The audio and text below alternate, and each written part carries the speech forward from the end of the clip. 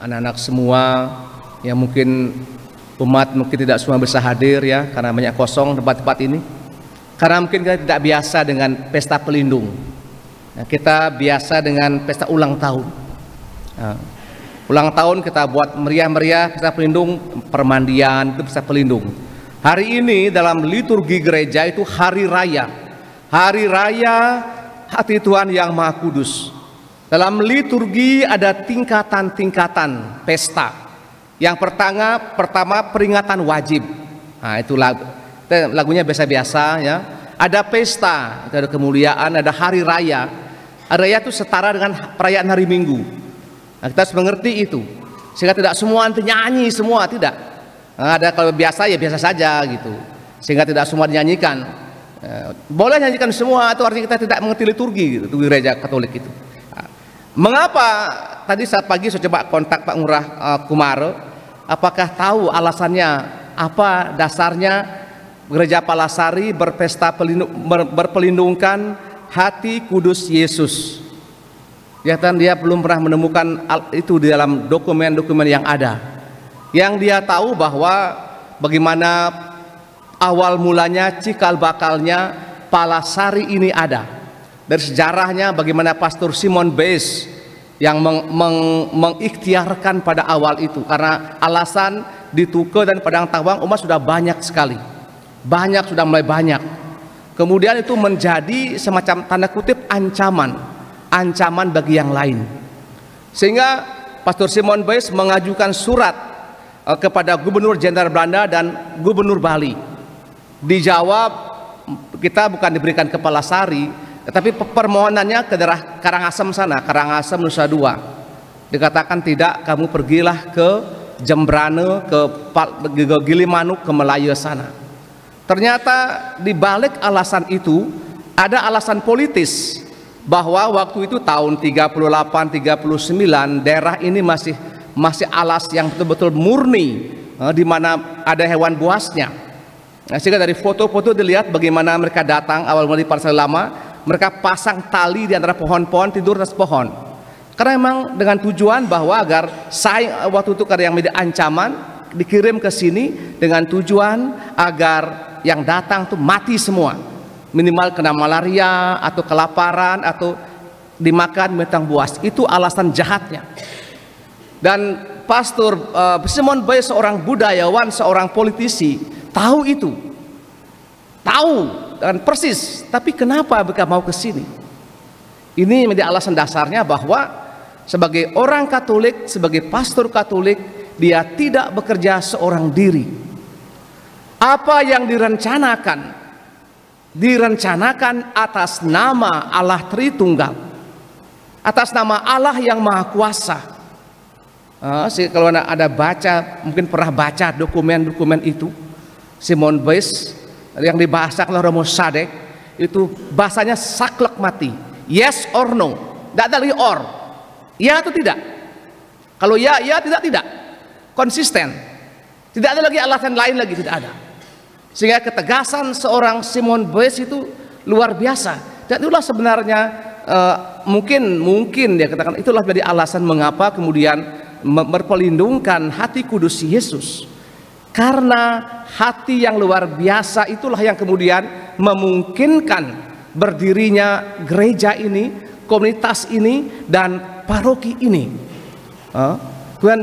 Dan itu Simon Base merefleksikan itu bukan sebagai perbuatan manusia semata, tapi semata-mata adalah campur tangan Allah yang menggunakan Pastor Simon Base dan 40 umat kakak itu yang sampai sini kan 18.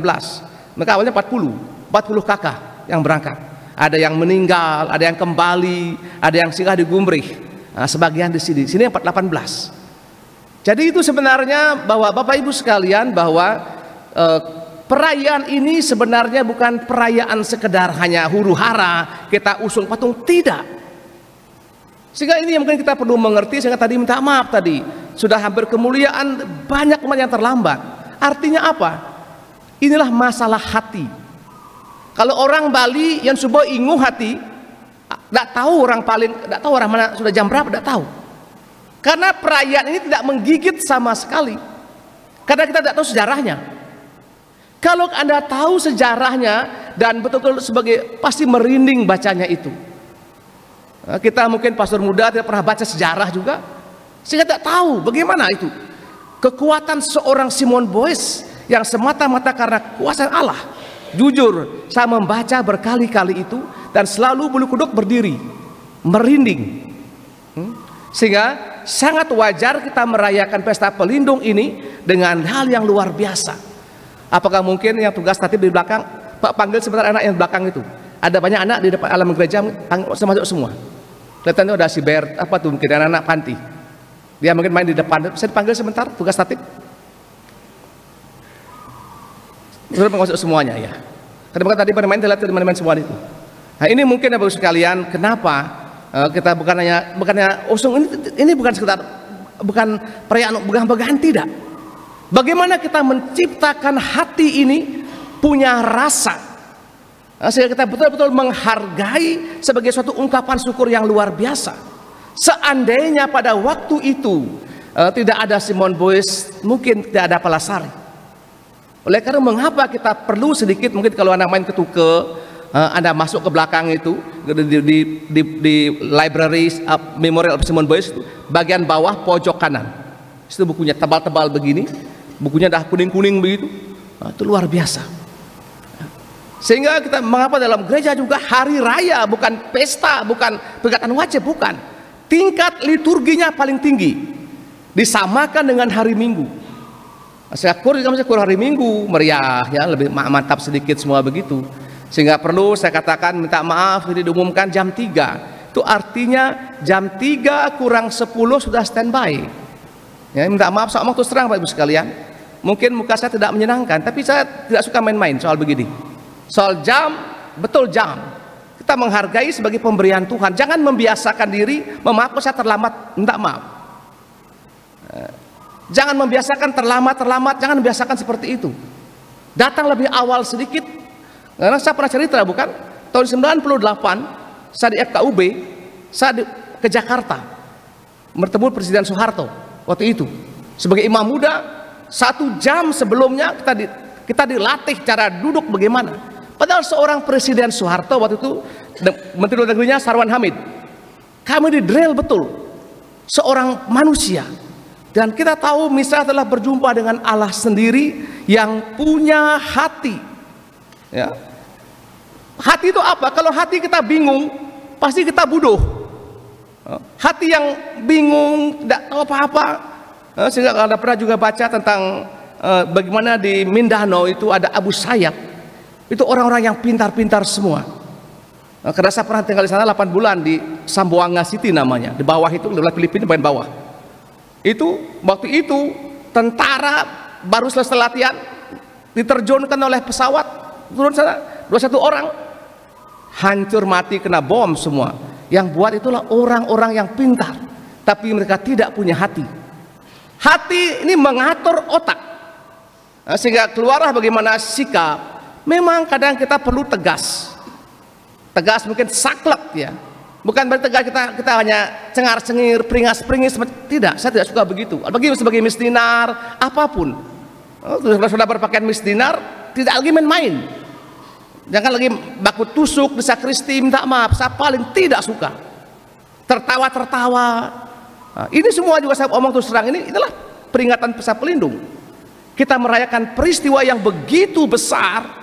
Kalau hati kita bercabang-cabang, masih ingat celeng di rumah belum ngama, sampai baik jangan ikut misa, jangan.